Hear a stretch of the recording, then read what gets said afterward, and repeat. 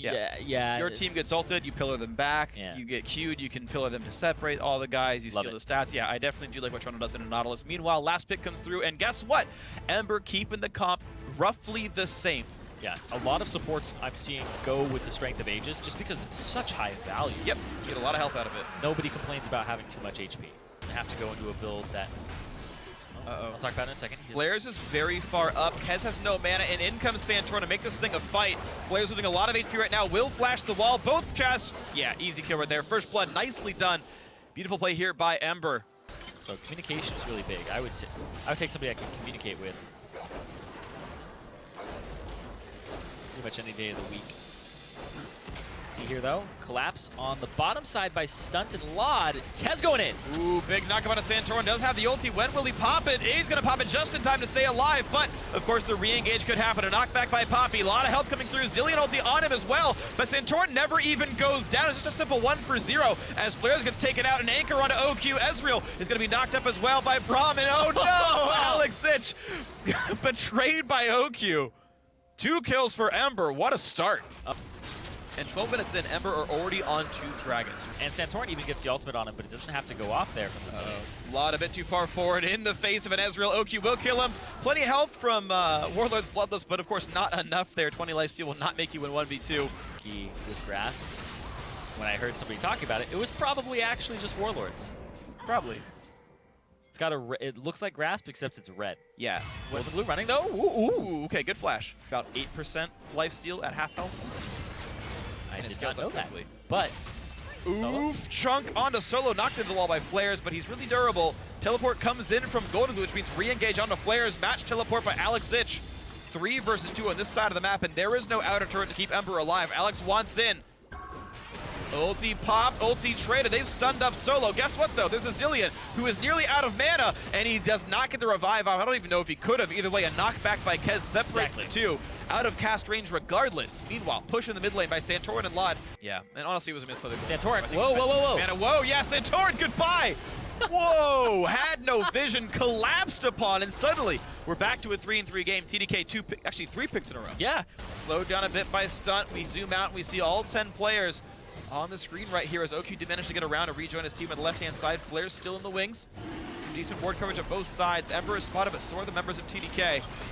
1,400 health left. Stunt pops the shield, go in, the smite comes through, picked up by Santorin, knocked out, no! Graham's respite is popped, he'll stay alive for now. The tackle in from Flaresz, looking for the back line, nearly picks off LOD, barely stays alive, but that's 2 kills for TDK. That's gonna be a 3rd before too long as Goldenglue gets killed right after the ulti times out. A double kill for support Trundle. Santorin running for his life, only 2 members alive for Ember. That will shortly be 1. As Santorin has nowhere to go. Beautiful pillar by Trance. He deserves this one and gets the kill over to OQ. What a team fight by TDK. And Solo, he looks like he just wants to pick on Alex. He wants to fight him. I mean, Alex is just really, really valid and valuable in this competition. If he's not part of the fight, it's very good for Ember. Alex still putting a lot of damage down. Ulti popped, and it's going to be the solo kill for Solo. And that is huge because now they've got room for a 5v4. But look at that, Ember. R2 pushed into play for Dragon. TDK able to take that one down despite the kill. Flaresz and Kez just on that way too quickly. That said, they have died 7 times. Tanks on LOD. Come true. LOD is going to get ulted, going to get taken down quickly, and they will give that one away to Alex Sich. You saw Trance stop dealing damage to make sure the right person could get that kill. So TDK, they might be able to get an extra turret off this, and Flaresz goes in. They can teleport Alex if they need to. Sun taking a lot of damage, knocks into the team, puts the fissure down, and gets a revive from the Zilean, but that is Zilean used on the support. Kez a little bit low, Flaresz down to half. Lucian is back alive and they can re-engage. Top inhibitor turret is dead. They still are not using Alex Sich, so why is Flaresz going in?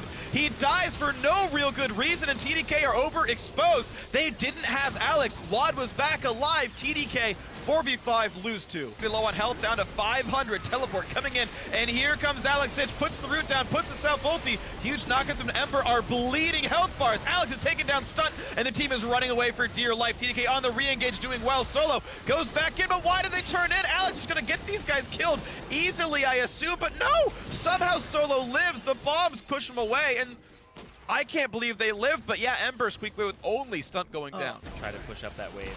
So good straight there. Oh, Stunt. Really trapped behind Pillar of Ice, jumps over to Goldenglue. Good play by both them to make that happen. Anchor comes in, hits up Trance for a little bit of damage. Ooh. Ulti comes back, knocks them all around, but no damage really sticks from the double ulti usage of TDK. Ember able to run, bombs come down, and they're hightailing it out of here. Who are sitting on one dragon themselves, 6,000 health on this objective. This would be, again, number 4 for Ember. That is a big deal. Flare's not there.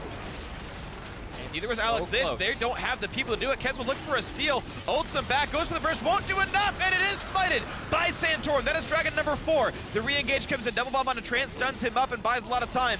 Flaresz just now rejoins the team. They run away from the pillar, but the knockout comes through, and oh, LOD is gone. Solo's gonna be next, and Ember have to run for dear life. A knockup on a Goldenglue. He will surely fall. Revive or not, he is going to die. This will be a 3-for-0 with the TDK, punishing the Dragon attempt, and they've got map control. There is no vision in there. He might not even try for the steal. Looks like he will not. Flaresz playing up, making sure nothing goes wrong.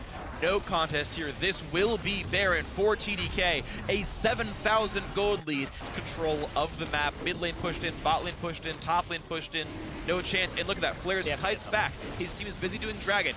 Get out of danger. Be safe. Come back in when the team's back on the map. No big deal. Goldenglue respawning in the mid side. No Alex. Nice hook onto Kez. Bit of damage coming through. Santorin is around to do some damage. But unfortunately, critless marksmen don't do that much damage to tanks. Kez healed up by the Mikhail's Crucible actually was the item purchased by Trundle after all. Flares are coming around for a flank here. Ulti only hits Alex Zich, buys a little bit of time, and yeah, there's Flaresz on the backside. Very tanky on this Poppy. Anchor will not catch her. And do they want to risk a smite fight with Ember? Can they disengage them properly? Trance in the front line. Stunt takes a bit of poke, and now Solo's in the mix as well. They need to have this battle work somehow, as they've been bleeding gold for a while. No engage just yet from Alex. Zilean forced to kite around the long way. Yeah, this walkout again is kind of sloppy from Ember. They're divided. If one of them gets barreled back, it would be disaster. The backline has to stay durable. Flaresz doesn't get the tackle to go the right way he wanted it to. Flashes and knocks the guys back afterwards. Big knockup comes out from Stunt. Flaresz still in the front line. Healed up for 500 from Mikhail's Crucible. Solo still staying alive as well. Trance hits it back with a Pillar of Ice, disengages. Yep.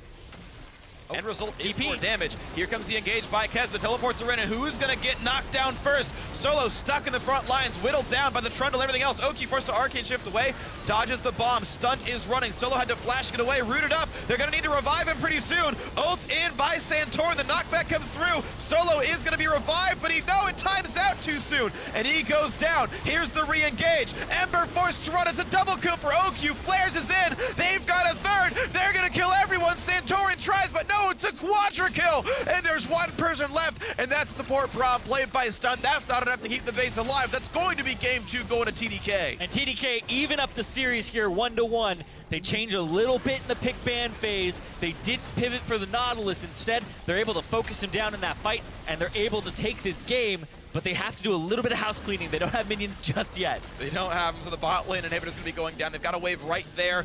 35 seconds of the respawn shouldn't even be a problem. What are you even gonna do when you're Stunt here in this one? So bot lane, tier 1, sorry, Nexus turret 1 going down. Stunt will drop down, and it's a delayed pentakill. I'm gonna give it to him. All 5 kills to Ohq. Unofficial penta to close the game out and to take game 2 of the series.